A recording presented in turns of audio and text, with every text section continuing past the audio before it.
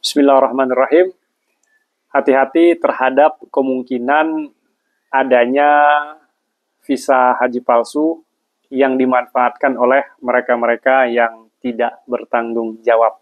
Nah, bagaimana sih sebenarnya terkait dengan visa haji palsu ini? Mari kita bahas bersama saya, Fahrul Razi, praktisi sekaligus pembimbing haji dan umrah.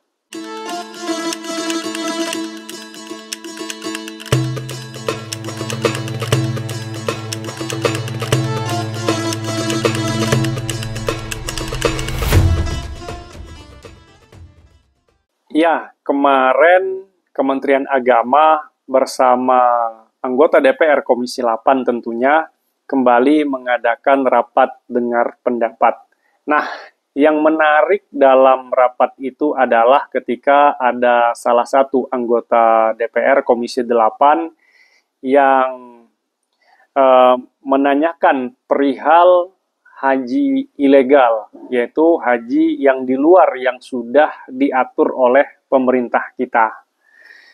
Ketika itu, anggota dewan tersebut menyampaikan bahwa adanya informasi yang beliau terima terkait dengan akan adanya sejumlah calon jamaah haji yang tidak berangkat dengan menggunakan visa haji.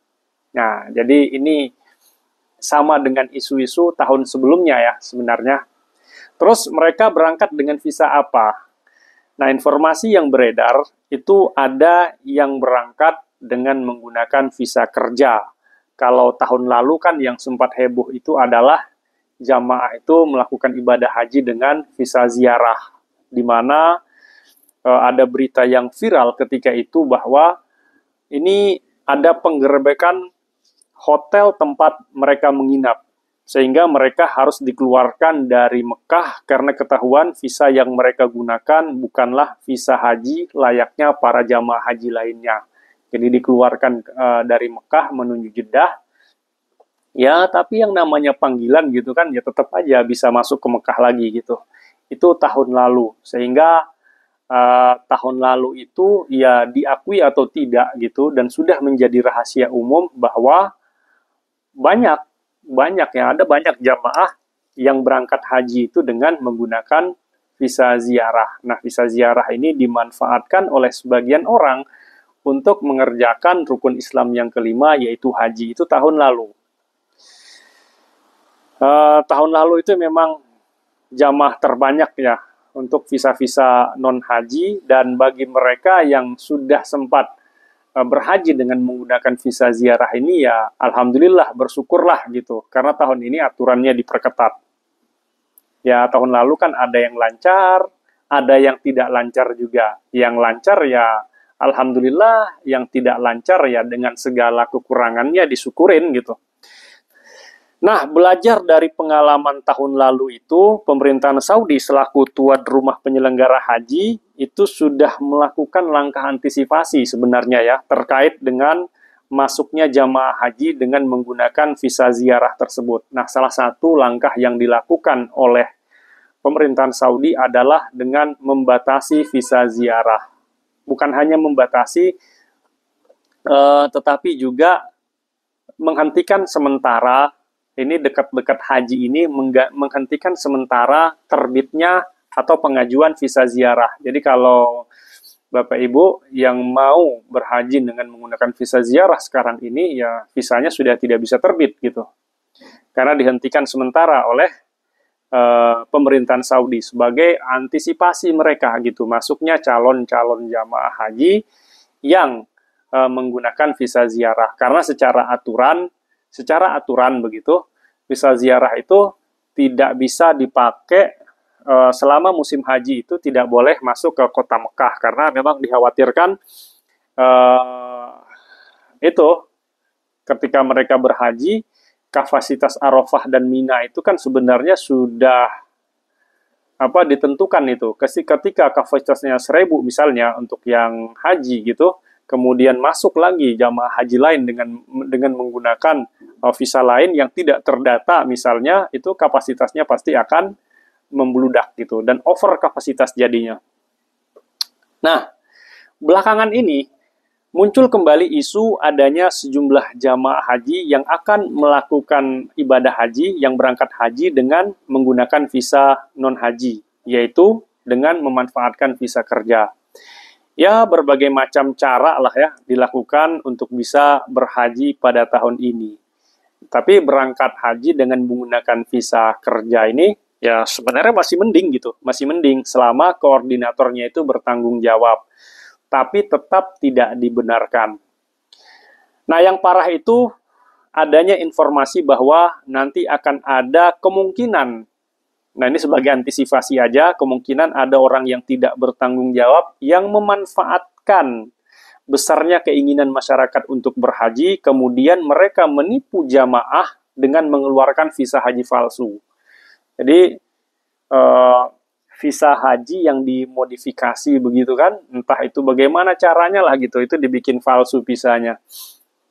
Nah, ini juga yang kemarin diwanti-wanti oleh anggota DPR, mereka ada yang mendengar tentang adanya orang yang tidak bertanggung jawab yang mungkin akan memberikan visa haji palsu. Nah, tentu kalau haji palsu ini kan, visa haji palsu ini terjadi, seandainya terjadi gitu, tentu ini sangat merugikan sekali bagi masyarakat yang terkena dampaknya. Ya, rugi yang pertama secara materi. Secara materi mereka sudah mengeluarkan uang yang sedemikian banyak. Kemudian secara moral juga ya mereka menanggung ada beban moral karena gagal berangkat misalnya karena ditipu. Nah, ini kan sangat merugikan sekali bagi masyarakat yang ingin berangkat haji. Jadi haji resmi itu haji resmi yang menggunakan visa haji itu di Indonesia ini saat ini hanya ada 3 macam haji. Yang pertama ya haji reguler, di mana haji reguler ini 100% itu dikelola oleh pemerintah. Kemudian ada haji khusus yang diselenggarakan oleh travel yang berizin resmi tentunya dari Kementerian Agama, dan ya biaya hajinya itu lumayan. Kemudian ada haji furoda atau mujamalah yang diselenggarakan juga oleh travel atau mungkin undangan dari kerajaan yang menggunakan visa ini. Nah, kalau kalau haji reguler kita sudah tahu itu harganya ya ditentukan oleh pemerintah gitu. Rata-rata setiap daerah hampir sama. Kemudian kita tahu juga tentang harga haji khusus yang itu lumayan mahal, dan apalagi haji furoda itu pasti lebih mahal lagi. Yang paling mahal kan haji furoda. Maka kalau ada yang menawarkan haji berangkat langsung misalnya, mereka katakan bahwa ini haji furoda, tapi harganya itu misalnya kisarannya di bawah 200 juta. Nah, itu patut dipertanyakan. Karena kita tahu harga visa haji berangkat dengan visa furoda resmi gitu, sekalipun fasilitas hotelnya misalnya ya bintang 3 atau bukan bintang 5 lah gitu, harganya berat sekali. Kalau untuk di harga 200 jutaan itu berat sekali gitu. Meskipun kalau dihitung-hitung misalnya anggaplah masuk begitu, tapi penyelenggara tidak akan ada yang mematok dengan harga segitu. Pasti mereka membuat spare harga, takut terjadi hal-hal yang tidak diinginkan, begitu kan? Nah, maka kalau ada yang menawarkan, misalnya Bapak Ibu, itu harganya ya 200 juta gitu, haji berangkat langsung yang katanya furoda, itu patut dipertanyakan kembali kepada tempat Bapak Ibu mendaftar. Apa betul ini haji furoda? Supaya sama-sama enak gitu. Jadi saling cross-check supaya sama-sama enak. Nah, jadi kemarin itu anggota DPR itu minta Kementerian Agama agar bekerja sama dengan imigrasi bandara terkait dengan keberangkatan calon jamaah haji yang tidak berangkat dengan menggunakan visa haji. Nah, hal ini dilakukan ya tentu sebagai bukti kehadiran negara dalam melindungi warganya. Karena kalau ada apa-apa di sana, misalnya Bapak Ibu berangkat dengan menggunakan visa yang selain visa haji gitu, kalau ada apa-apa, apalagi Bapak Ibu masuk Mekah Madinah misalnya gitu untuk berhaji, pokoknya segala sesuatu yang terhubung dengan haji ini, ya itu pasti yang ditanyakan itu, yang diminta pertanggungjawabannya itu Kementerian Agama. Kenapa ada warganya yang berhaji tanpa menggunakan visa haji. Ya kalau misalnya mereka memang kerja di sana gitu, punya iqamah dan lain sebagainya, ya itu tidak jadi masalah. Yang jadi masalah sama yang jadi permasalahan itu adalah manakala ya dia tidak kerja di sana, kemudian memanfaatkan misalnya visa kerja ini digunakan untuk berhaji. Nah itu sebenarnya yang dipersoalkan. Jadi kalau memang kerja di sana ya nggak jadi soal, ya memang kerja di sana gitu.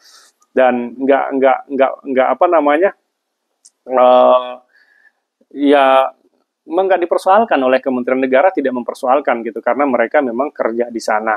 Bahkan mereka yang kerja di sana juga sebagian di antara mereka itu malah bekerja sama dengan Kementerian Agama dalam hal misalnya petugas di sana gitu. Begitu gitu. Ya, salah satu syaratnya kan harus punya iqamah kalau saya tidak salah gitu kan.